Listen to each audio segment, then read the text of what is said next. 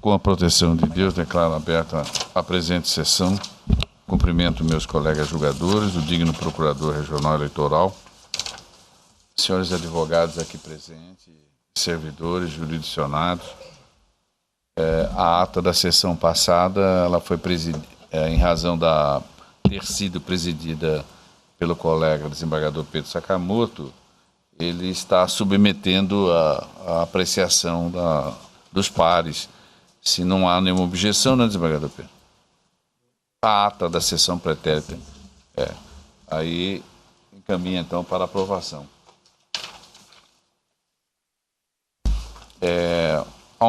Há uma comunicação aqui por parte do relator, Dr. Antônio Veloso Peleza Júnior, que é o processo da pauta física 46.828, embargo de declaração, recurso eleitoral, prestação de contas de candidato ao cargo de prefeito de Serra Nova Dourada. Ele está retirando de pauta esse processo. Na sequência, eu chamo a julgamento, atendendo um pedido de preferência no julgamento. Eu trago à mesa o embargo de declaração, representação, propaganda política, propaganda eleitoral, folhetos, volantes, santinhos, impressos. A parte embargante é Lídio Barbosa. E a parte embargada é a Procuradoria Regional Eleitoral. Esse processo é da relatoria do doutor Paulo César Alves Sodré, que está com a palavra. Senhor presidente, trata-se de embargo de declaração oposto por Lídio Barbosa contra o acordo que, em sessão plenária de 6 de novembro de 2018, por maioria, negou provimento ao recurso interposto. O refiro do acordo ficou sem emendado. Eu peço vênia para anular, está à disposição dos eminentes pares. O embargante alega que, entre aspas, maneja o presente recurso de modo a obter a sua clarificação, uma vez que o decisum foi omisso e contraditório com relação aos fundamentos que supostamente configuraram as irregularidades apontadas nas escolas estadual Nilo Povas, Escola Estadual Santos Dumont e Escola André Luiz da Silva Reis. Aduz que o acordo foi omisso ao asseverar que, em harmonia com o livre convencimento motivado, haveria fundamento suficiente para a condenação. Entretanto, ele deixar de elencar as razões que levam a tal conclusão com relação à Escola Nilo Povas, bem como que, na referida escola, há registro fotográfico de aproximadamente 10 centímetros de juca do Guaraná no chão, cabendo ao tribunal deliberar se essa quantidade é suficiente para a almejada condenação por chuva de santinhos.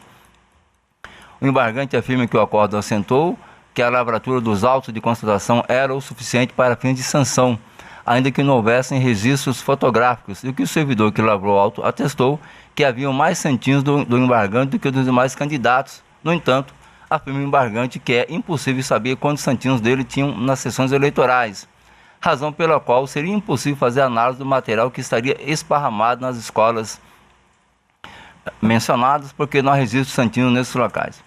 Finaliza argumentando que o julgado embargado foi contraditório com relação ao critério de fixação da multa utilizada. Para o embargante, essa situação permite chegar à conclusão de que o critério utilizado foi individual, ou seja, análise pormenorizada local por local com as respectivas peculiaridades. E, quando não houve prova suficiente, foi utilizado o critério global, isto é, presumiu-se que, como houve ilegalidade em determinadas sessões nas escolas Nilo Povas, Santos Dumont e André Luiz da Silva Reis, também teriam sido perpetradas as mesmas práticas, embora ausente documentação comprobatória para tanto, o que ofende o contraditório e a ampla defesa. Sustento que os embargos têm dupla finalidade, pois visa aqui o prequestionamento, requer ao final o provimento dos embargos com a finalidade de prequestionar a matéria suscitada, bem como para que esse relator, entre aspas, manifeste expressamente sobre todos os pontos elencados nessa peça processual. Em contra-razões, o Ministério Público Eleitoral, ora embargado, manifestou-se pelo desprovimento dos embargos de declaração. É o relatório, senhor presidente. Não há parecer, o senhor continua com a palavra para o voto.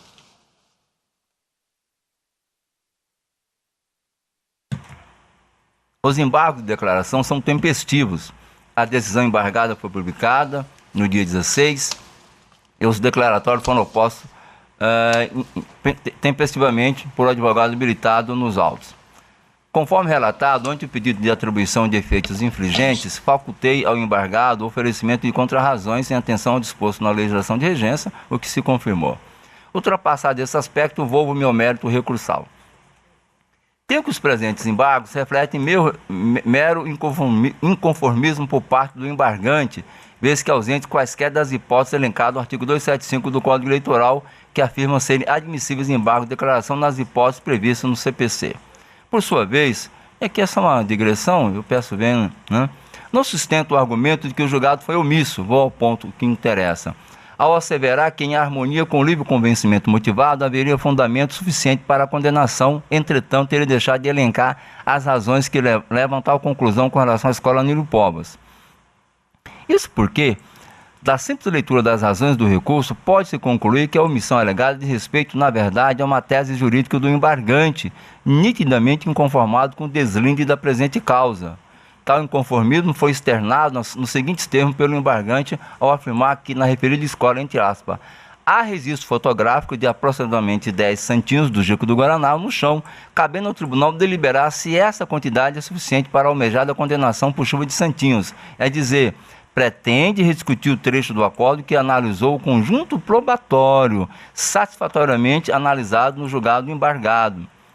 Ora, um dos motivos que levou o tribunal a confirmar a sentença, frise-se, foi o conjunto probatório colhido dos 7 lugares de votação em que se constatou o derrame de santinho, como se verá adiante da transcrição parcial do voto do eminente vogal, o Dr. Luiz Sabaneda, o que bem demonstra que o tribunal já deliberou de forma exaustiva sobre esse ponto, não havendo que se falar em omissão. O mesmo ocorre em relação à alegação de existência de contradição no acordo embargado, no que pertine ao critério de fixação de multa utilizado, ao afirmar o embargante que, na contramão da premissa de análise individual de cada um dos locais para averiguar se houve ilicitude, o acordo sinalizou por dedução que, como tinha sido comprovada a prática irregular em alguns locais, era possível chegar à mesma conclusão na escola Nilo Povas, Santos Dumont e André Luiz da Silva Reis, embora sem materialidade suficiente, concluindo que essa situação permite chegar à conclusão de que ora o critério utilizado foi individual, ou seja, análise pormenorizada local por local, e quando não houve prova suficiente foi utilizado o critério global. O ponto ventilado foi amplamente debatido por ocasião do julgamento do recurso no pleno desta corte, sendo oportuno reproduzir o voto do Dr. Ulisses Rabaneda dos Santos, embora o voto tenha sido meu, eu achei muito oportuno trazer, porque o Dr. Ulisses abriu uma discussão e ela é central para esclarecer que não há nem omissão e nem contradição. Disse o Dr. Ulisses à época no seu voto. Senhor presidente, a despeito, o Ulisses, representante da doutora Procuradoria, confessa que a sustentação do doutor advogado me chamou a atenção, parte do segundo parágrafo. A despeito disso, a impressão inicial que tive, em razão da sustentação pelo voto do relator, demonstrou que, de fato, a despeito dos questionamentos e da demonstração de que realmente, em alguns locais, a quantidade de santinhos é menor do que em outros, o conjunto da obra, conforme trazido pelo relator, dá a segurança de que esse candidato praticou apoplexia nas eleições de 2018. Nós temos aqui, as imagens demonstram, tem locais em que seguramente existe mais de 300 santinhos desse candidato que foram jogados na frente de determinada escola. Em outras havia uma quantidade realmente menor, mas o que demonstra que houve a prática, e aí o relator muito diligentemente afastou 3 locais de votação, que demonstrou que fez uma análise criteriosa, local a local, chegou à conclusão de que em 7 deles houve irregularidade. Percebe-se que esse ponto foi extremamente debatido, né? Ponto. Continuo eu agora. O posicionamento jurisprudencial é firme no sentido de que a tentativa pela via oblíqua de se proceder ao rejulgamento da matéria pelo colegiado pretensão que não se revela cabível nos aclaratórios. E aqui o mero inconformismo da parte, com o resultado do julgamento, não enseja a oposição de embargos. E continuo, até porque os embargos são apelos de integração, não de substituição. Como se percebe, não há que se falar em omissão ou contradição na decisão recorrida que exaustivamente analisou as matérias ventiladas nos presentes autos, o que evidencia de pronto a desnecessidade de quaisquer reparos. Quanto ao argumento de que foram pré-questionamento, eu vou poupar a Vossas Excelências, que aqui já precedente nesse caso, que não sequer há necessidade de embargo declaratório em função da natureza de pré-questionamento ficto, né? Então, fundado nesses motivos, senhor presidente, conheço dos embargos opostos por Lídio Barbosa para, em consonância com o parecer ministerial, no mérito rejeitá-los. É como voto, senhor presidente. O signo relator está rejeitando algum voto contrário? Posso fazer a proclamação? Então, me permita, o tribunal, por unanimidade, rejeitou os embargos de declaração nos termos do voto do relator. atendendo ainda ao pedido de preferência, nesse caso, do relator, Dr. Paulo César Alves Sodré, em mesa, o processo pautado eletrônico, que é o 0601-661. É um recurso eleitoral, representação, propaganda política, propaganda eleitoral, folhetos, é o mesmo assunto. Só que, obviamente, que aqui o remédio é recurso, não é embargo. A parte recorrente é o SAMIR e a parte recorrida é a Procuradoria. Com a palavra o digno relator. Senhor presidente, trata-se de recurso eleitoral interposto em face de sentença que julgou procedente a representação formulada pelo Ministério Público Eleitoral para condenar o representado Samir Bosso Katumata, conhecido como Samir japonês, nome de urna, candidato ao cargo de deputado estadual ao pagamento da multa prevista no artigo 7 na legislação de regência. Aqui eu transcrevo a inicial, mas vou pedir vênia, na representação, os dizeres do Ministério Público, que ele, de certa forma, reitera em todas elas e que irei fazer análise fática na sequência. Então, está aqui transcrito o conteúdo da representação. Finalizo argumentando que é evidente o descumprimento ao disposto no artigo 14, parágrafo 7 da resolução, isso o Ministério Público, razão pelo qual impõe-se a incidência na espécie da multa prevista, isso na inicial.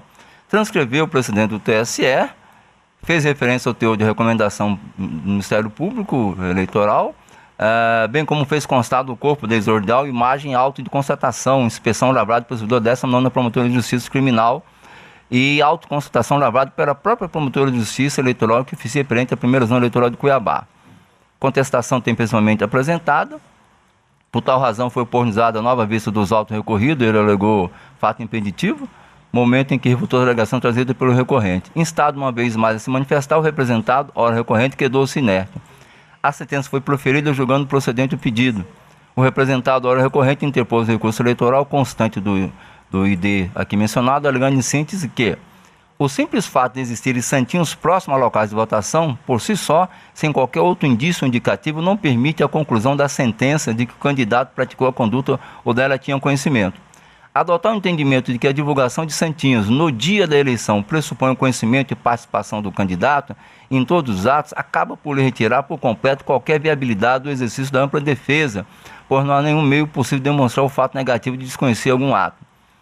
Desse modo, fica patente a ausência de ação orquestrada para oferir votos de maneira a desequilibrar o pleito eleitoral, mormente por constar dos autos apenas a existência de santinhos em poucos lugares, os quais não são capazes de conferir nenhuma vantagem eleitoral ao representado, ainda mais considerando o caráter estadual das eleições.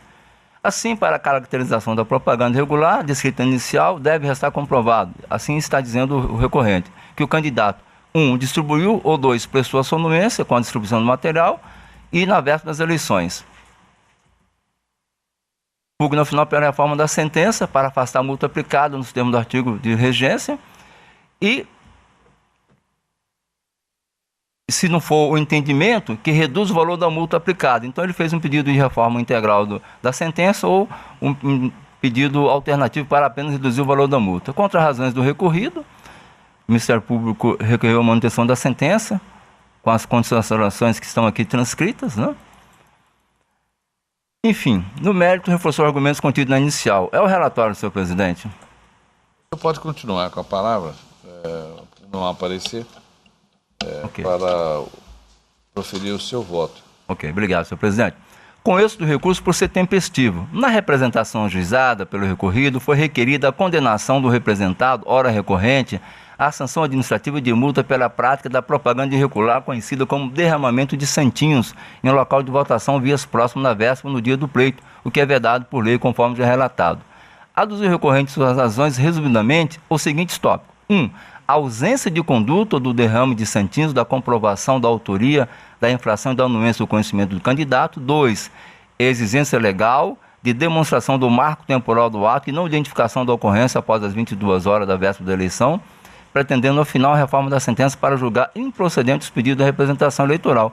E 3, alternativamente, a fixação da multa no patamar mínimo legal pelo princípio da razoabilidade. Volto para o tópico, vou aqui apenas aquilo que foi questionado no recurso. O item 1, da comprovação de que o candidato distribuiu ou prestou a sua anuência com a distribuição do material.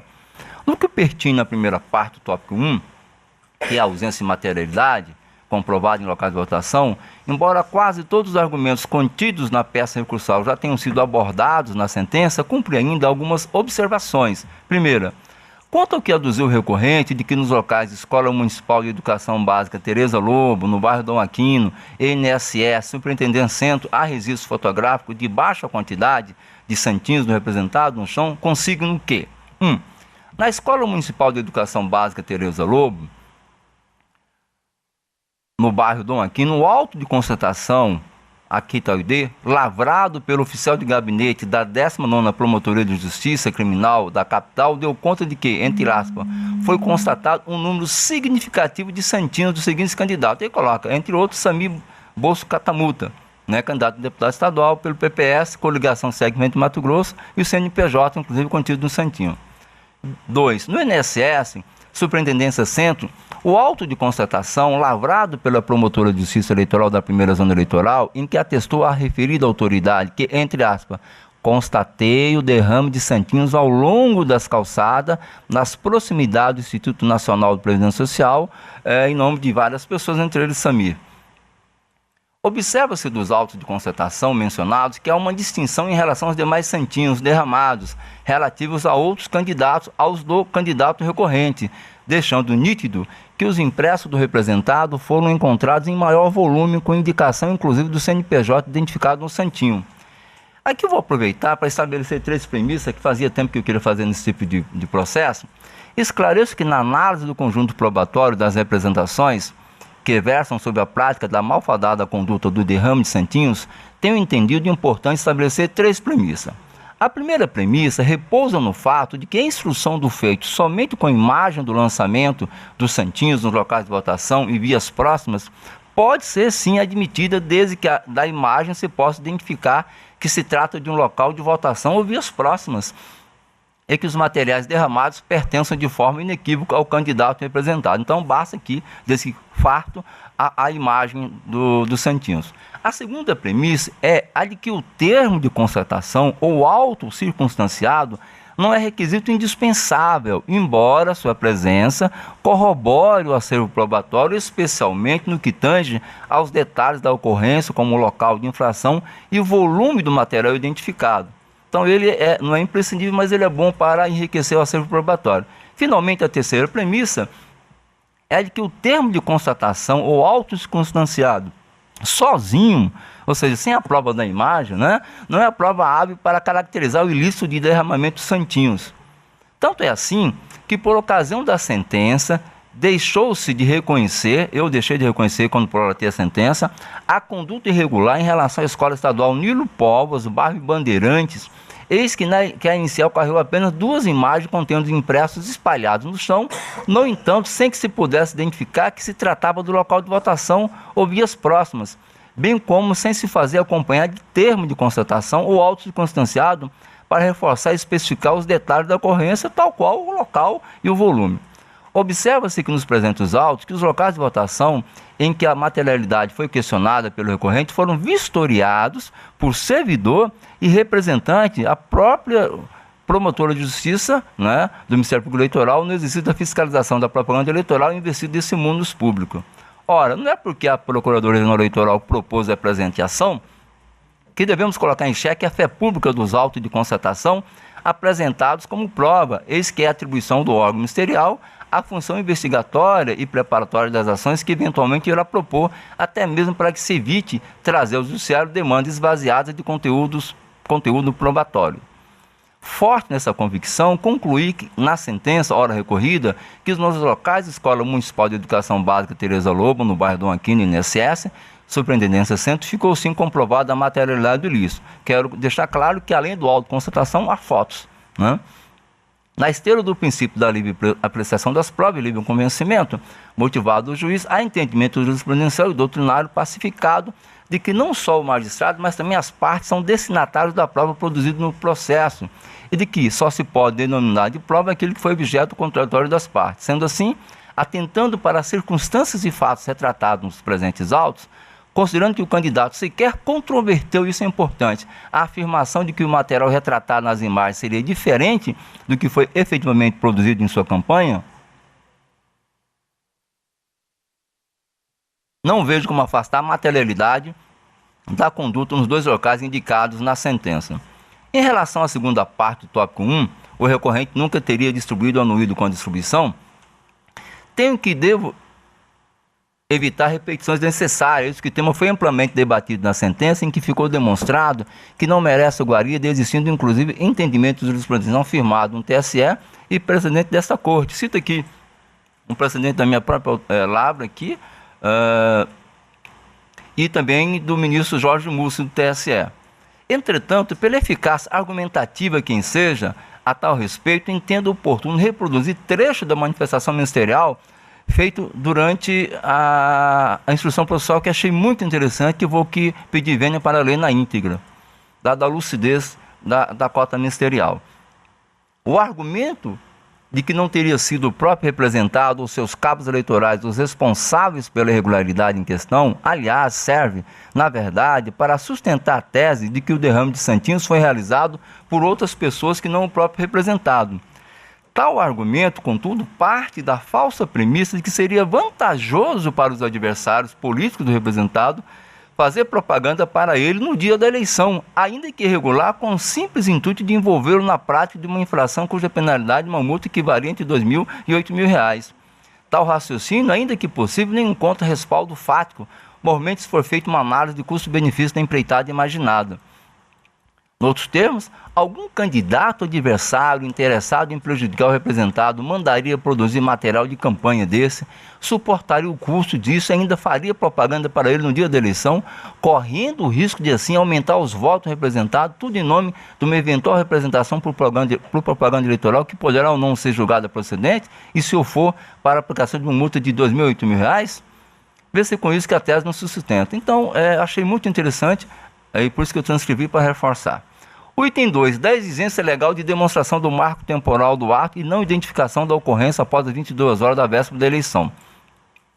Também com relação ao tópico 2, esclareceu que esse magistrado firmou seu convencimento das informações constantes dos autos de constatação elaborados e subscritos por servidor representante do Ministério Público Eleitoral, cujas razões de decidir foram anteriormente expostas, quando tratei de comprovação da materialidade da conduta à luz do princípio da livre apreciação das provas e livre convencimento motivado do juiz. Ademais, não há dúvida alguma de que as fotos foram tiradas no dia da votação, em frente e na rua dos locais de votação, conforme comprova o vídeo produzido em frente à Escola Tereza Lobo, há um vídeo que demonstra que foi em frente à Tereza Lobo, e a superintendência do INSS, nesse caso, a imagem contida inicial comprovando que as fotos foram produzidas lá.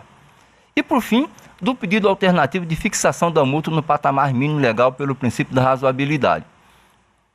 Além dos referidos tópicos, o recorrente pleitou alternativamente a redução do valor da multa por local de votação para R$2.000.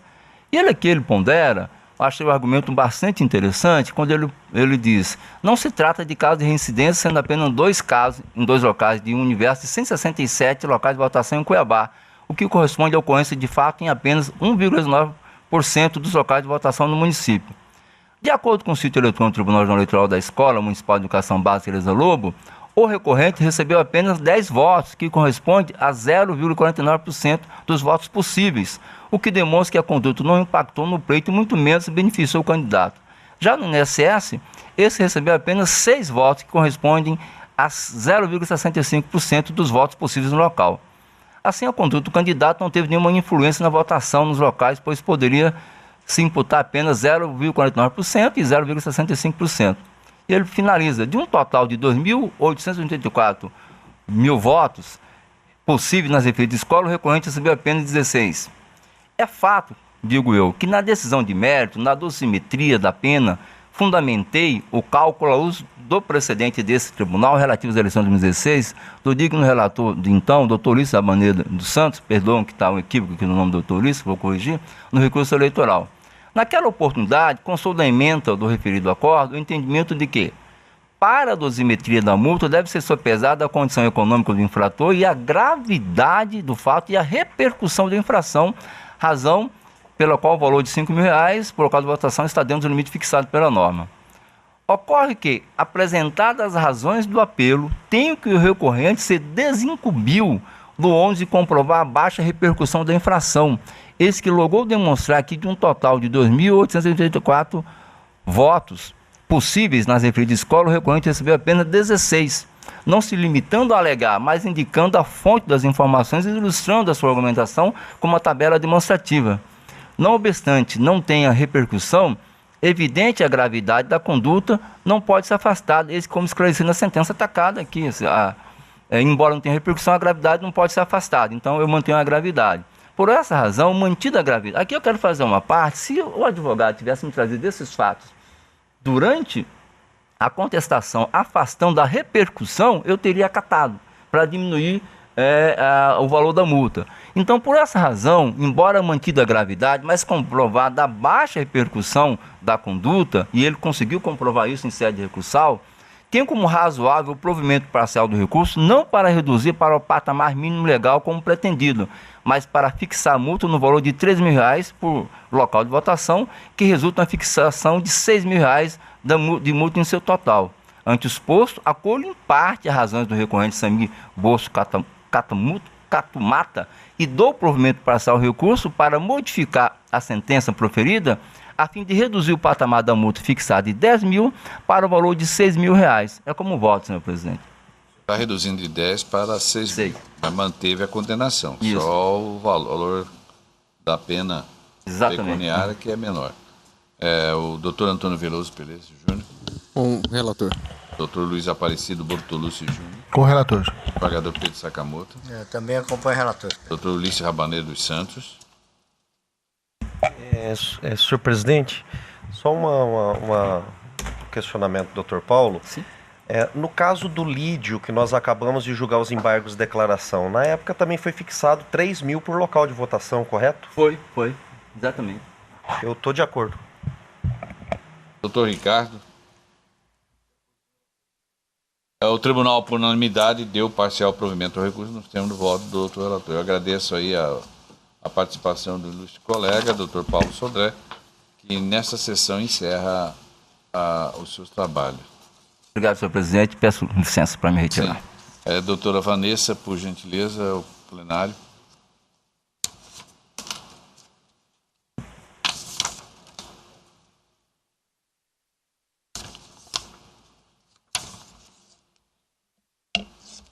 Em mesa para julgamento, processo 2.4 da pauta.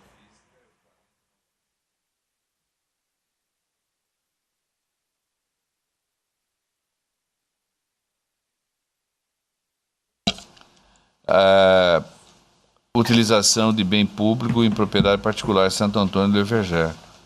A parte embargante é Franciele Magalhães de Arruda, Pedro Fernandes de Melo e Valdir Pereira de Castro Filho. A parte embargada é o Ministério Público. Esse processo da relatoria do Dr. Antônio Veloso Pereira Júnior, que está com a palavra. Não há parecer, portanto, o senhor, após o relatório, o senhor pode encaminhar ao voto. O presidente, só para fazer um esclarecimento, esse embargo de declaração 409/85, ele será julgado de forma conjunta com 5 da pauta, que é o embargos, que são os embargos de declaração 216/70, tá? Em realidade, o que difere é um recurso só do senhor Pedro, tá? E no mais, o recurso é o mesmo, a decisão é a mesma, assim como o processo principal. No processo principal foi o mesmo voto para ambos, tá? É que o objeto de embargabilidade é o mesmo acordo. Exato, são dois processos. Só o que muda são os protagonistas. Não, são um deles só, no item 3, que é o Pedro, que tem a mais, tá? No resto é o Valdir Pereira, Franciele, tá? No processo 216 e no processo 409, o Valdir Pereira, Franciele e o Pedro Fernandes, que é o vulgo vereador Perozão. Então, o senhor quer fazer o pregão, que faça o pregão dos ambos, dois? Sim, de ambos. Então, atendendo a solicitação do digno relator, está em mesa também para julgamento simultâneo o 2.5 da pauta física, que é o 21.670. A matéria é embargo de declaração, é a Franciele Magalhães de Arruda, em parte embargante também é o Valdir Pereira de Castro Filho. Aí temos a parte embargada, a coligação, a coligação. Aí, nesse caso, não está o Ministério Público. E não há parecer também. Por favor, com a palavra ao digno relator. Trata-se de embaixo de declaração pedidos de efeitos infringentes em duas ações conexas cujos recursos foram simultaneamente opostos por Valdir Pereira de Castro Filho e Franciele Magalhães de Arruda. Isso no processo 21670, em face do acórdão 26724 e por Valdir Pereira de Castro Filho, Franciele e Pedro Fernandes no processo 409, em face dessa feita do acórdão 26723. Ambos exarados por essa corte na sessão plenária de 26 de setembro de 2018, que por maioria deu parcial provimento aos recursos interpostos pelo Ministério Público Eleitoral e coligação Levergência, cuja ementa está reproduzida abaixo. Poupá-los da leitura. O acórdão combatido deu parcial provimento aos recursos eleitorais interpostos pela coligação Levergência contra a sentença proferida pela 38ª Zona Eleitoral, que julgou improcedentes os pedidos constantes nas ações de investigação judicial eleitoral por conduta vedada a agente público, ajuizados por aqueles em face dos horas recorrentes, reconhecendo a prática de conduta vedada consubstanciada no abuso de poder político, incerta no parágrafo 10 do artigo 73, com aplicação das penalidades de multa a Valdir Pereira de Castro Filho e Franciele Magalhães de Arruda e cassação de diploma de Pedro Fernandes de Melo.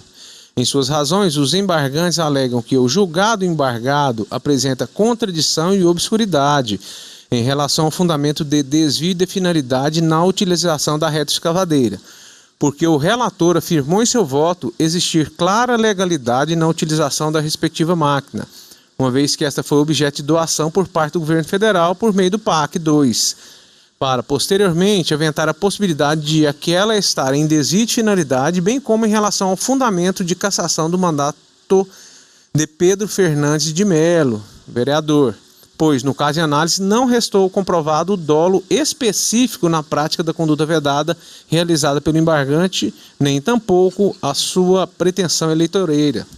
Arguem ainda haver omissão no acórdão, em razão de não haver sido apreciados alguns pontos referentes à ausência do dolo específico na ação realizada pelo embargante Pedro. Alegam, por fim, haver premissas fáticas equivocadas na elaboração do acórdão, em relação à utilização do cargo pelo Sr. Pedro Fernandes para obter vantagem pessoal, uma vez que não restou comprovado que houve pedido de voto pelo embargante. O Ministério Público Eleitoral, em segundo grau, afirma que há obscuridades. Nesse sentido, o voto do terceiro vogal Ulisses Rabaneda, que condenou os embargantes Valdir e Franciele à penalidade de multa por violação ao 73, parágrafo 10 da Lei das Eleições, e cassou o diploma outorgado ao vereador Pedro, além de aplicar-lhe multa, o fez com fulcro no 73.1. Contudo, o relator nesse tópico da cassação do vereador Pedro fez com supedâneo no 73.4, além de ter afastado a caracterização da incidência de 73, parágrafo 10, em relação ao prefeito e à vice.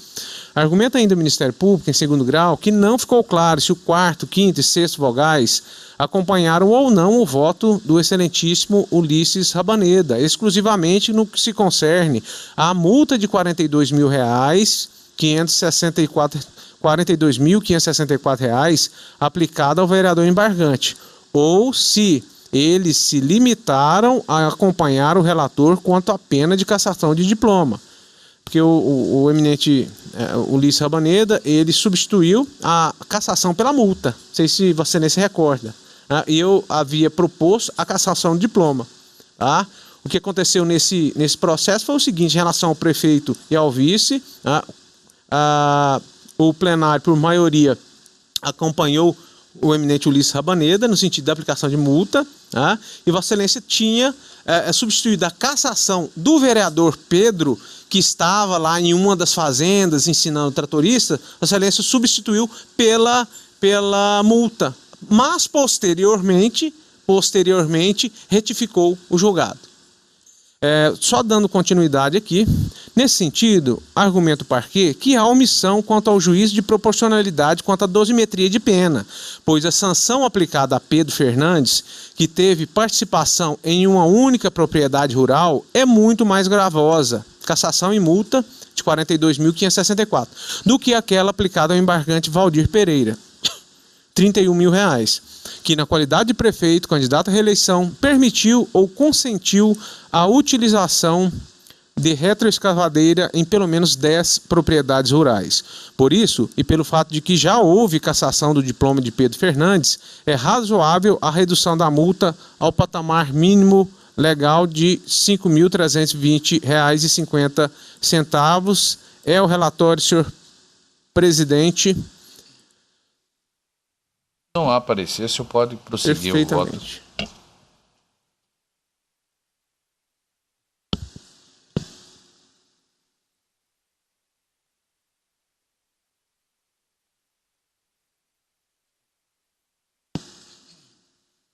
Os declaratórios são tempestivos, porque opostos no tríduo legal, presentes esses requisitos e demais pressupostos de admissibilidade, deles conheço. Os presentes embaixo de declaração foram interpostos em face a 2 acórdãos, eu já pontuei.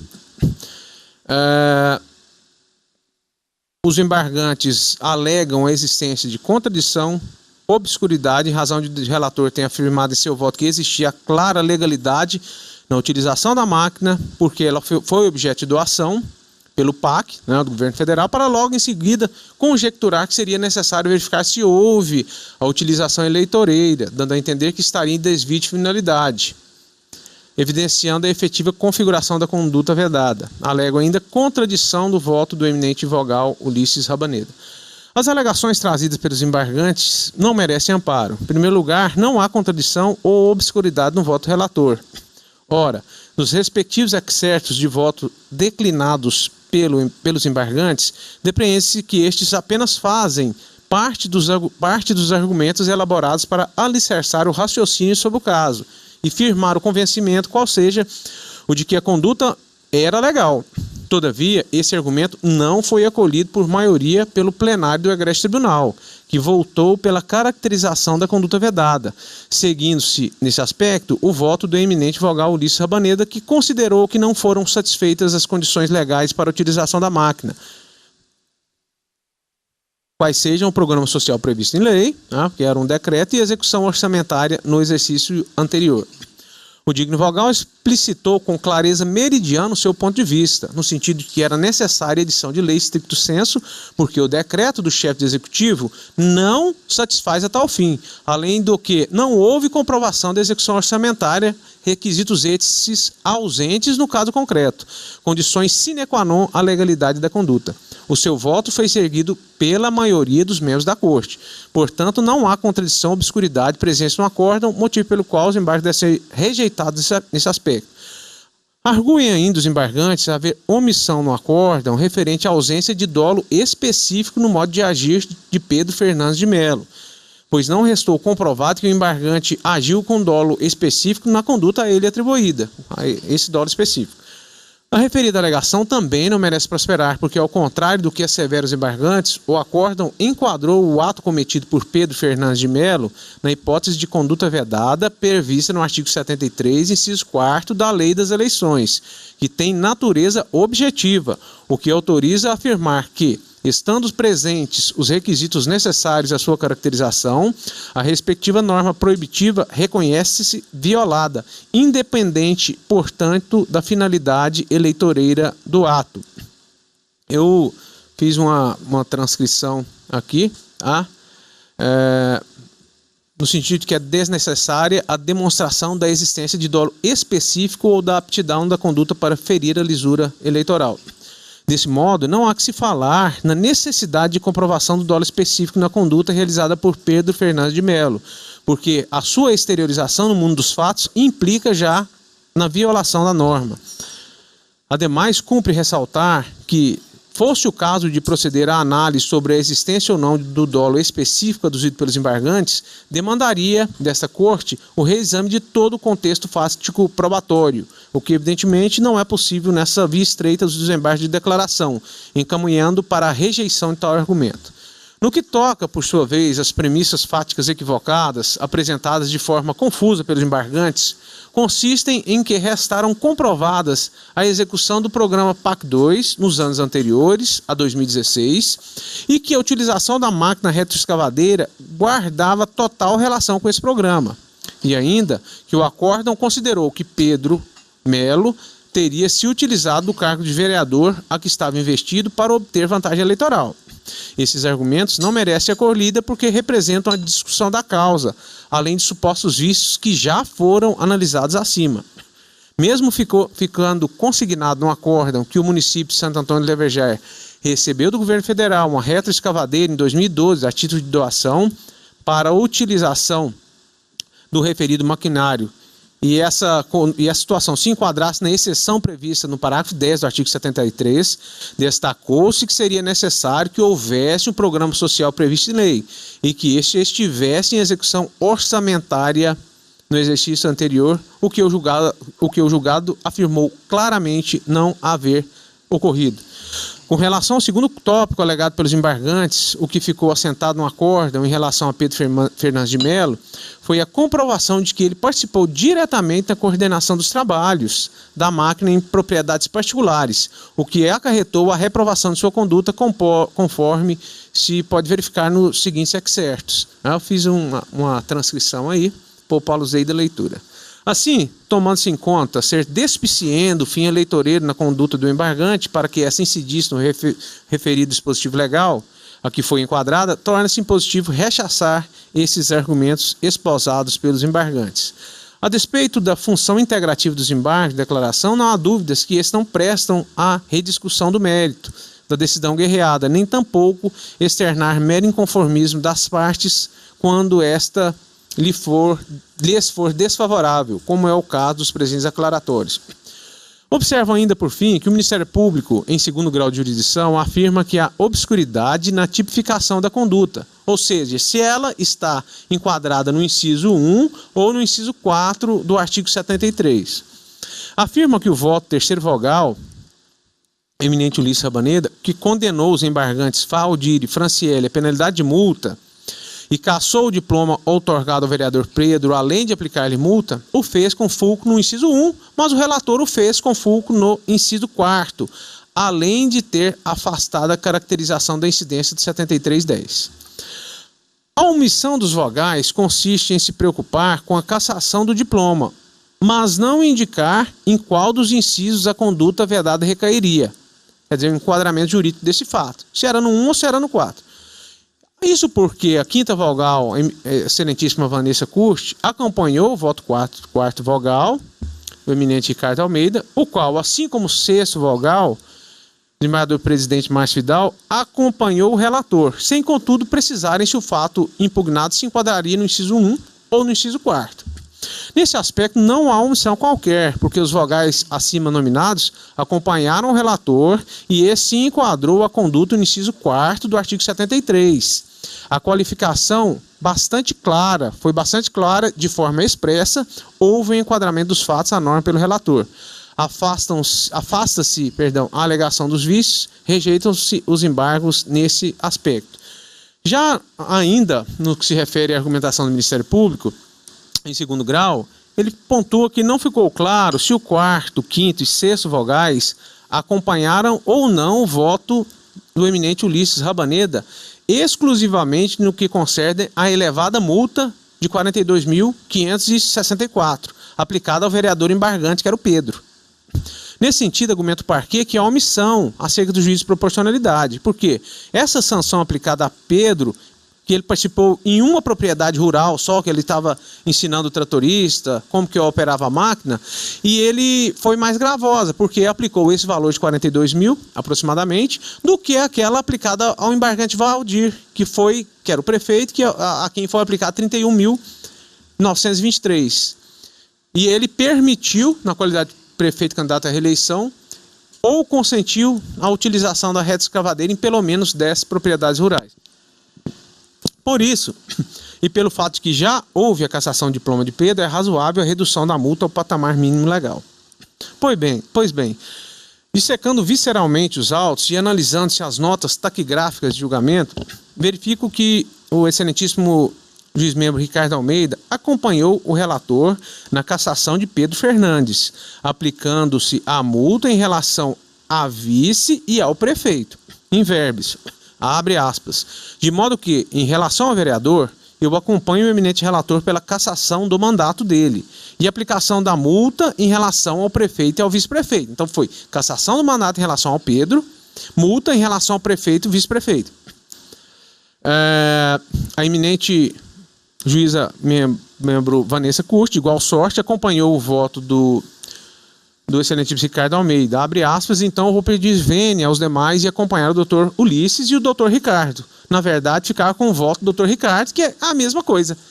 Acolheu do eminente Ulisses Rabaneda e, no que tange prefeito e o vice, em relação ao vereador vulgo Peralzão, acompanha esse relator.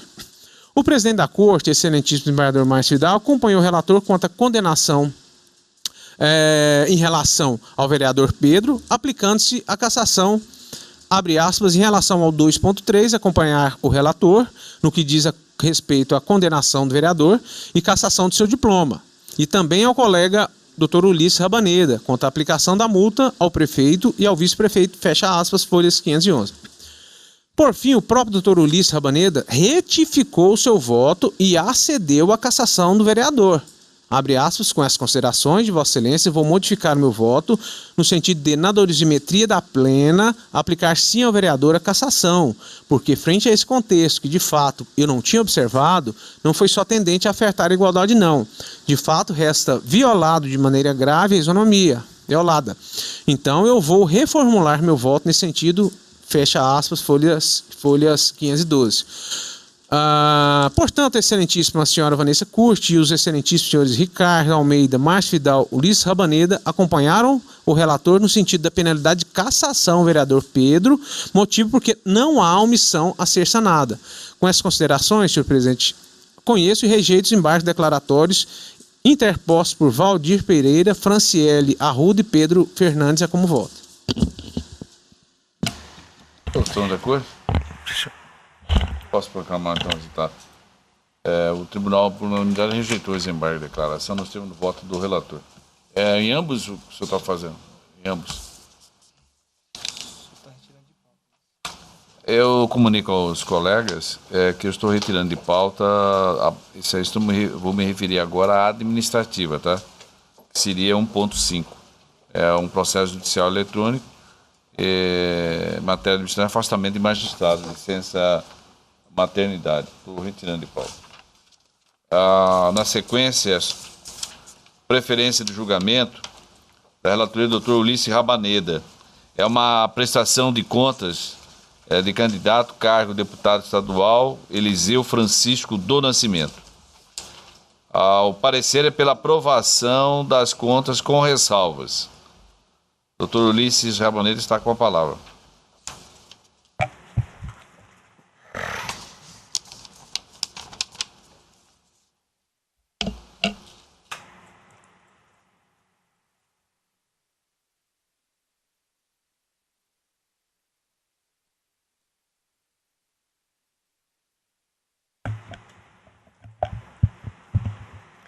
Senhor presidente, trata-se de prestação de contas de campanha eleitoral de Eliseu Francisco do Nascimento, candidato a deputado estadual nas eleições de 2018.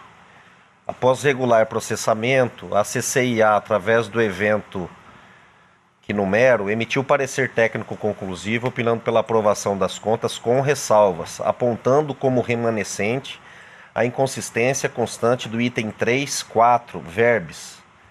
Disse a CCIA, extrai-se da prestação de contas registros de cabos eleitorais lançados equivocadamente como despesa com pessoal, quando deveriam ser atividade de militância e mobilização de rua.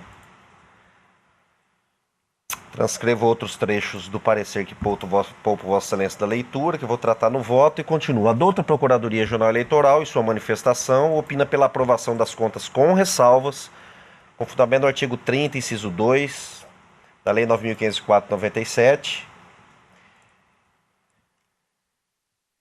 bem como a resolução do TSE de regência. É o relatório, senhor presidente. Da Procuradoria? Ratifico o parecer, senhor presidente. Ratificar o parecer, com a palavra o relator. Senhor presidente, a arrecadação e os gastos de recursos por partidos e candidatos, bem como a prestação de contas das eleições de 2018, são disciplinados na Resolução 23.553/2017 do TSE. Assim, conforme relatado, após regular processamento da prestação de contas de Eliseu Francisco do Nascimento, referente aos recursos arrecadados e às despesas efetuadas por ocasião das eleições de 2018, a área técnica desse tribunal e o Ministério Público Eleitoral se manifestaram de forma convergente pela aprovação com ressalvas da contabilidade, por persistir apenas uma inconsistência, relativa, aspas, aos registros de cabos eleitorais lançados equivocadamente como despesa com pessoal, quando deveriam ser atividade de militância e mobilização de rua.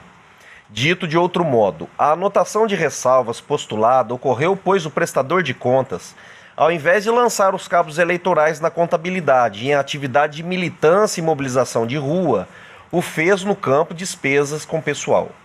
Todavia, a meu sentir, tal inconsistência não é suficiente para impor sequer ressalvas, uma vez que não impediu a escorreita análise por esta justiça especializada da prestação de contas em exame, tratando-se de erro irrelevante. Reproduzo por pertinente excerto o parecer técnico conclusivo, aspas. Analisando os dados apresentados, verifica-se que houve a contratação de 105 cabos eleitorais. Sendo assim, tendo em vista que não há extrapolação do limite de contratação, entende-se passível de ressalvas o não registro adequado da despesa. E continua, ademais, não há na espécie sequer indício de irregularidade nas contratações, ou seja, na análise técnica foi possível identificar regularidade tanto na formalização dos contratos, quanto no cumprimento do limite legal para essas contratações, que no caso é aquela fixada pelo artigo 100A da Lei das Eleições, que transcreve e poupo Vossa Excelência da leitura.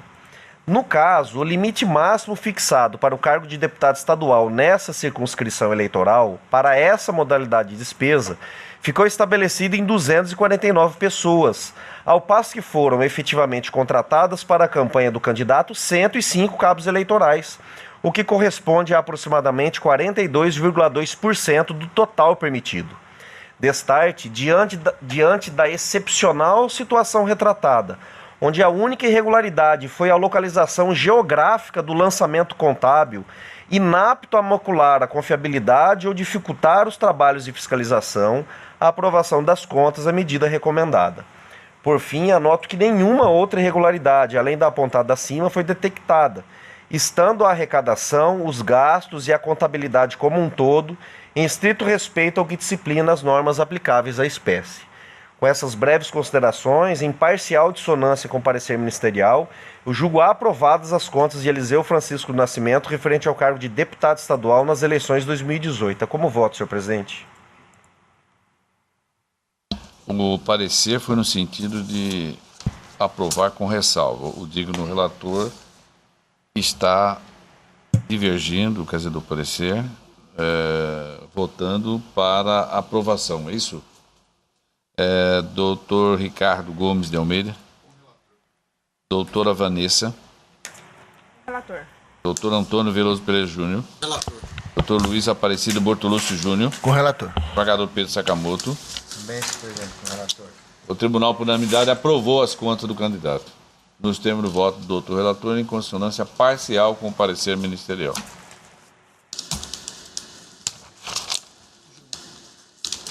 Julgamento em bloco 1, 21 e o 2.1 e o 2.2 da pauta física. O processo 2519, recurso eleitoral prestação de conta, partido político, órgão de direção municipal. E também o 2.2, que é o 1827, prestação de conta, partido político, órgão de direção municipal. Ambos, o Ministério Público Eleitoral, que é o recorrente. E, obviamente, que a relatoria é a mesma da doutora Vanessa Curti Perenha. Com a palavra.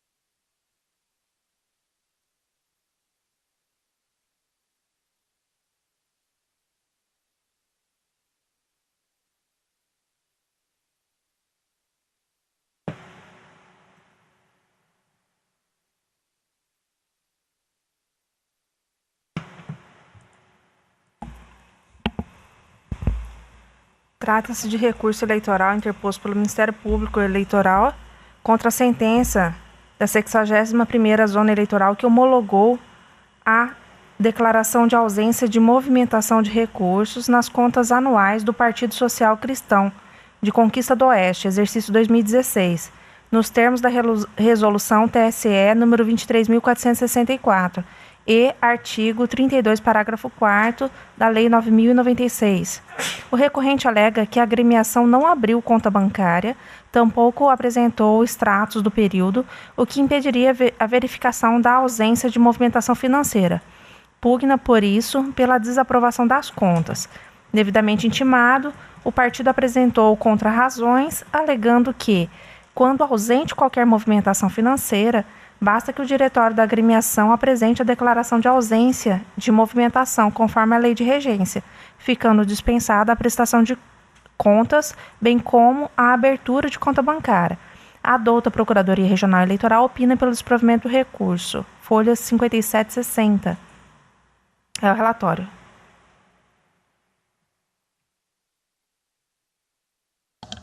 Ouça-se a douta Procuradoria Regional Eleitoral. Pelo desprovimento, conforme parecer escrito, senhor presidente. Relatora. Entendo que a sentença não merece reparos. O partido político, PSC, apresentou declaração de ausência de movimentação de recursos conforme facultado pelo artigo 45 da resolução TSE número 23.464. Além disso, o cartório eleitoral certificou que não houve repasses do fundo partidário em favor de quaisquer dos diretórios municipais de Conquista do Oeste, no exercício de 2016, e ainda não houve impugnação às contas apresentada após a regular publicação. Não se deve confundir a obrigatoriedade de abertura de conta bancária para regularidade de prestação de contas de campanha, ainda que não haja receita ou despesa, com o regramento aplicável às contas anuais de diretórios municipais, onde a abertura da conta e a própria prestação de contas ficam dispensadas caso não haja movimentação financeira. Veja-se que o recorrente citou no apelo o inciso 2 do artigo 45 da Resolução 23.464 do TSE, que faz menção a juntadas de extratos bancários quando existir declaração de ausência de movimentação financeira. Ocorre que, na interpretação sistemática da citada resolução, fica claro que tal exigência só deverá ser feita quando houver algum tipo de impugnação, consoante inciso 1 do artigo 45 da resolução. Todavia, não é o caso destes autos, uma vez que o cartório tornou pública, por edital, a declaração de ausência de movimentação financeira do recorrido e, mesmo assim, não foi recebida nenhuma notícia de irregularidade. Dito de outra forma, só se aplica a norma do inciso 2 do artigo 45 da Resolução TSE número 23.464, apresentação de extratos de conta corrente, quando tiver ocorrido, no caso concreto, a impugnação prevista no inciso 1 do mesmo artigo 45.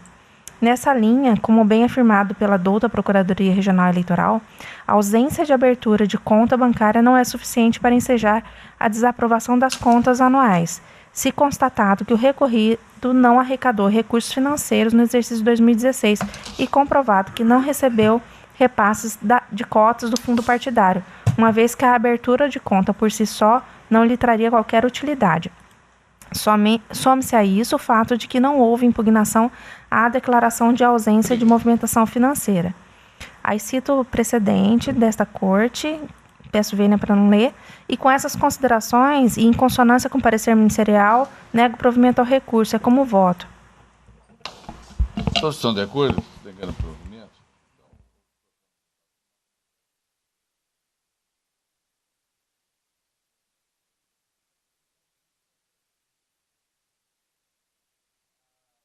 A mesa, outro processo 2.6, é o 11062, é uma prestação de contas do partido político em exercício financeiro 2014. O processo é da relatoria do Dr. Ricardo Gomes de Almeida. O parecer é pelo julgamento da conta como não prestadas, aplicando, portanto, a sanção prevista no artigo 37A da Lei 9.096 de 95, que é a suspensão de novas cotas. Com a palavra, Dr. Ricardo. Um minutinho, senhor presidente, que saiu do ar aqui, vou ter que entrar novamente, mas é um minuto.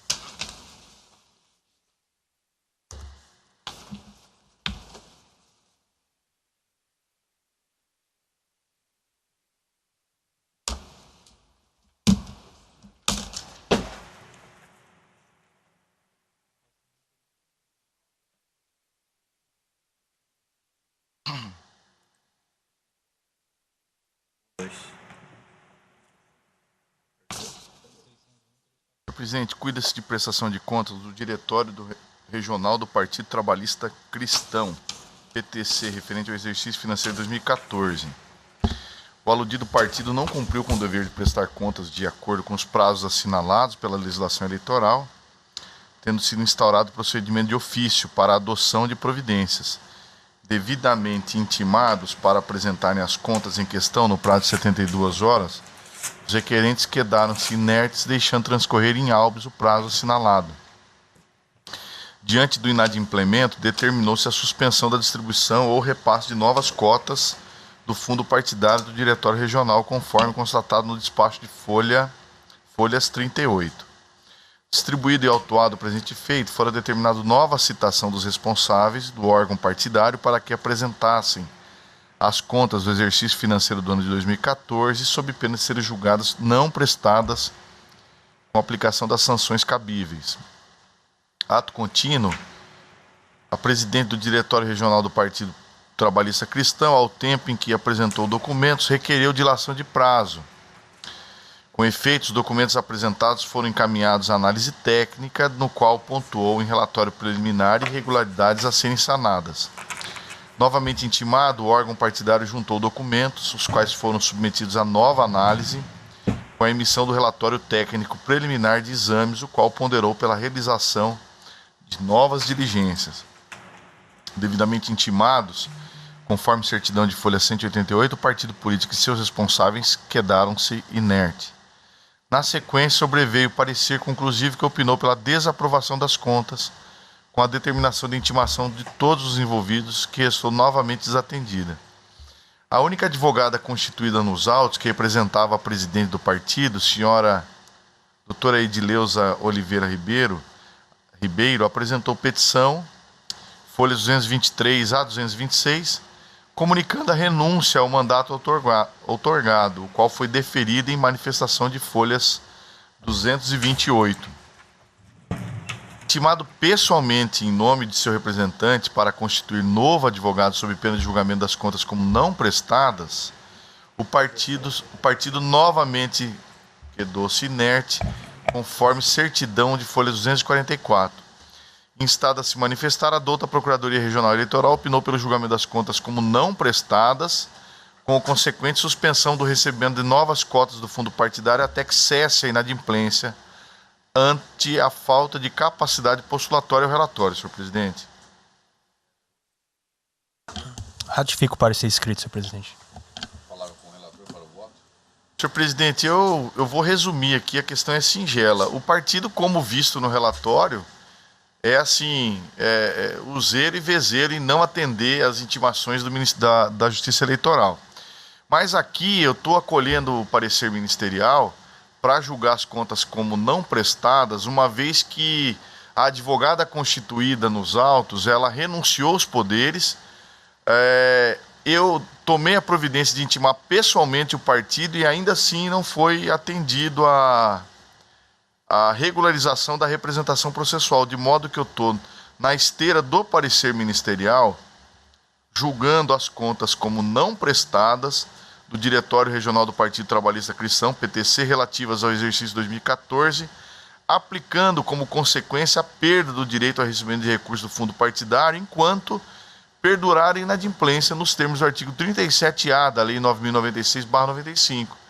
Por fim, determino seja oficiado ao Tribunal Superior Eleitoral, informando o conteúdo dessa decisão para fins de suspensão do repasse de cotas do fundo partidário ao partido requerente, enquanto durar a omissão. É como voto, senhor presidente. Estão de acordo, colega? Então, o Tribunal, por unanimidade, declarou não prestadas as contas do Partido Trabalhista Cristão, referente ao exercício de 2014, no termo do voto do doutor relator, em consonância com o parecer ministerial. Doutor Ulisses Rabaneda dos Santos, ao processo judicial eletrônico, prestação de contas de candidato, cargo de deputado federal, eleição 2018. É o Juarez Alves da Costa. Parecer é pelo julgamento das contas como não prestadas, com base no artigo 30, inciso 4, da Lei 9.504/97. Com a palavra ao relator.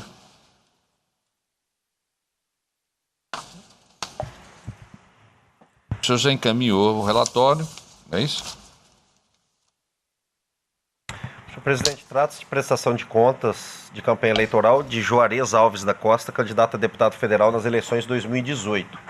Após regular processamento, a CCIA, através do evento que numero, emitiu parecer técnico conclusivo, opinando pela aprovação das contas com ressalvas, apontando como remanescentes as seguintes inconsistências. Apontamentos referentes ao item 2.3, fatos, diz a CCIA, foram identificadas omissões relativas a despesas constantes da prestação de contas em exame e aquelas da base de dados da Justiça Eleitoral obtidas mediante confronto com notas fiscais eletrônicas de gastos eleitorais em desacordo com o disposto no artigo 56.1g da Resolução TSE 23553/2017.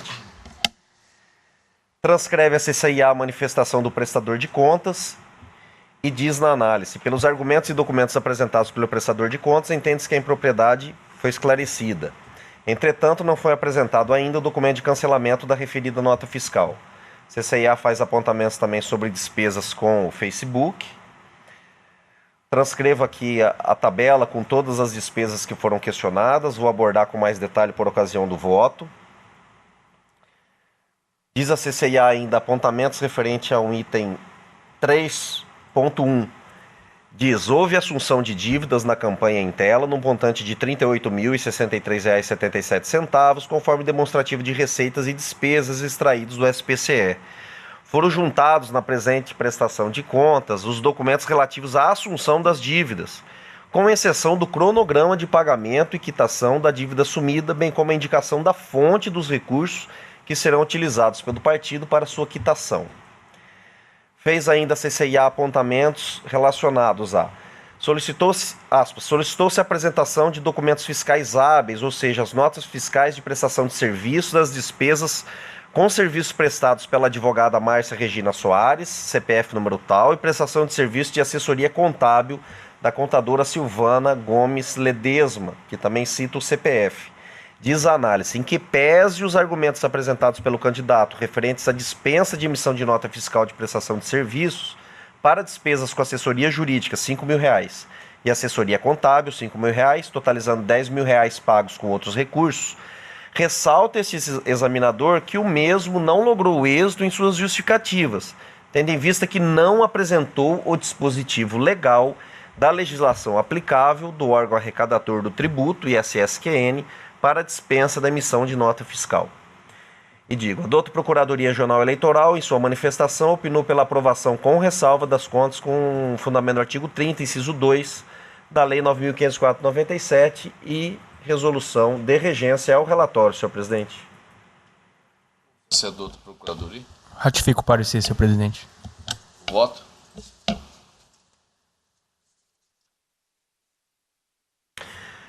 Direto ao ponto, presidente.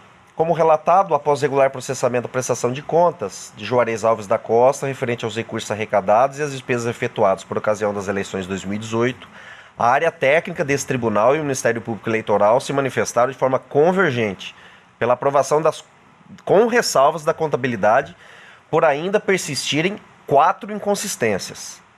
Primeira delas refere-se à omissão da nota fiscal número 344 da Graphics Gráfica Impressão Digital Eireli, no valor de R$ 1.980, despesa não reconhecida pelo prestador de contas, tanto que apresentou o protocolo em que requereu o cancelamento da nota fiscal junto à empresa. Todavia, não comprovou nos autos o efetivo cancelamento da nota fiscal. A jurisprudência desse regional tem exigido, para o caso de despesas não reconhecidas ou equivocadas, a apresentação do cancelamento da nota fiscal respectiva. Cito precedente desta corte de relatoria do Dr. Ricardo Gomes de Almeida. E continuo. Todavia, no caso concreto, consta do extrato de prestação de contas final que as despesas realizadas pela campanha Exame perfazem um montante de R$ 381.813,77, ao passo que a despesa não reconhecida pelo prestador de contas e supostamente omitida é no valor de R$ 1.980, o que corresponde a aproximadamente 0,51%. A segunda omissão refere-se à nota fiscal, número tal, do Facebook Serviços Online do Brasil Limitada, no valor de R$ 536,06, e divergências entre o CNPJ da empresa referente à contratação de impulsionamento e o CNPJ da empresa citado no relatório de cobrança.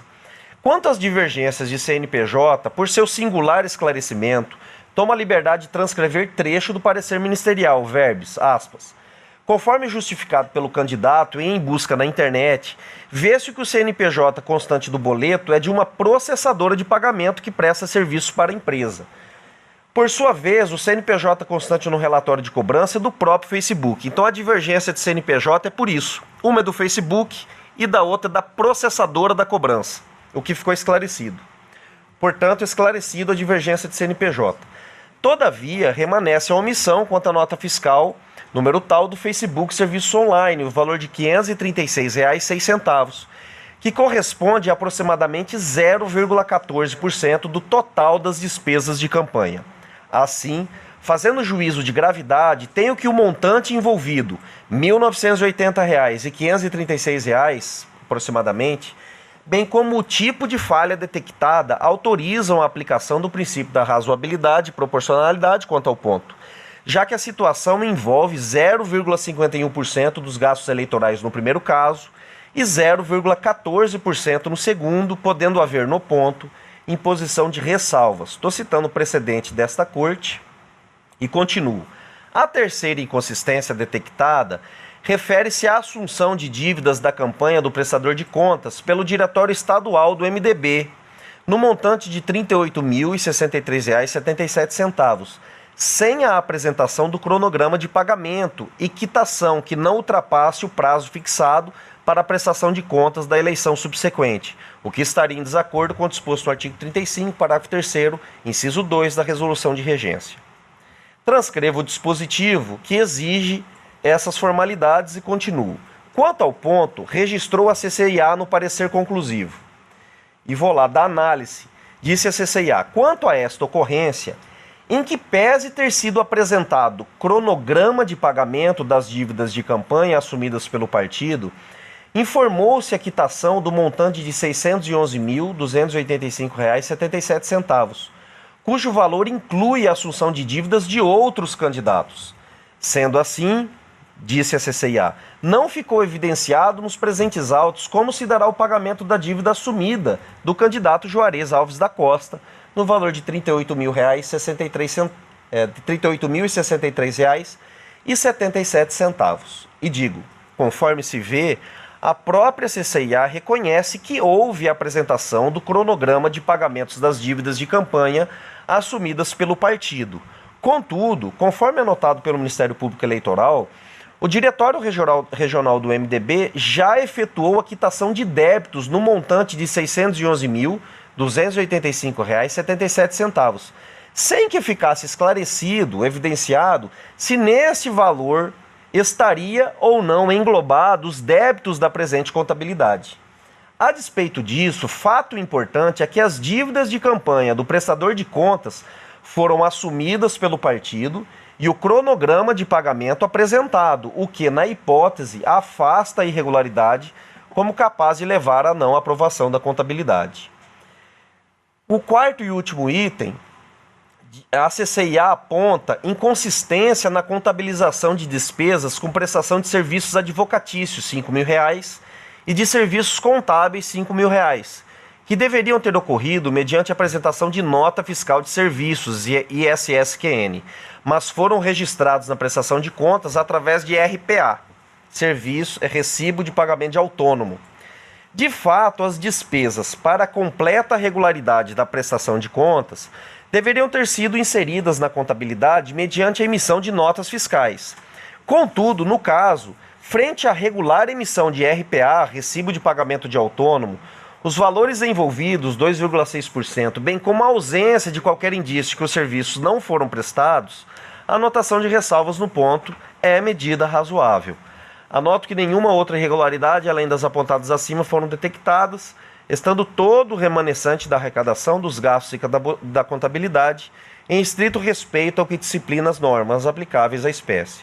Com essas considerações, em harmonia com o parecer ministerial, julgo aprovadas com ressalvas a prestação de contas de Juarez Alves da Costa para o cargo de deputado federal referente às eleições 2018. É como voto, senhor presidente. Algum voto divergente dos eminentes colegas? Então eu vou proclamar o resultado. O tribunal, por unanimidade, aprovou com ressalvas as contas do candidato, nos termos do voto do doutor relator, em consonância com o parecer ministerial. Não havendo mais nenhum processo aí de julgamento, eu declaro encerrada a presente sessão. Senhor presidente, se me permite a palavra, semana passada eu passei aos colegas uma relação com todos os processos alusivos à prestação de contas das eleições de 2018 e quero apenas explicitar que se alguém precisar de alguma intervenção com relação à CCIA ou de alguma forma, eu, em razão do meu vínculo com a atividade administrativa, estaria à disposição. Apenas, não há necessidade de alerta, mas apenas lembrar que nós temos, na verdade, nós temos 8 sessões apenas para nós julgarmos os candidatos eleitos e os suplentes para que possamos fazer diplomação na data prazada. Então, estou à disposição, não encaminhei mais relatórios, até conversei com o examinador, corregedor, né, os colegas saberão fazer o acompanhamento, mas estou à disposição. É isso, senhor presidente, muito obrigado a todos e boa noite. Portanto, está encerrada a sessão.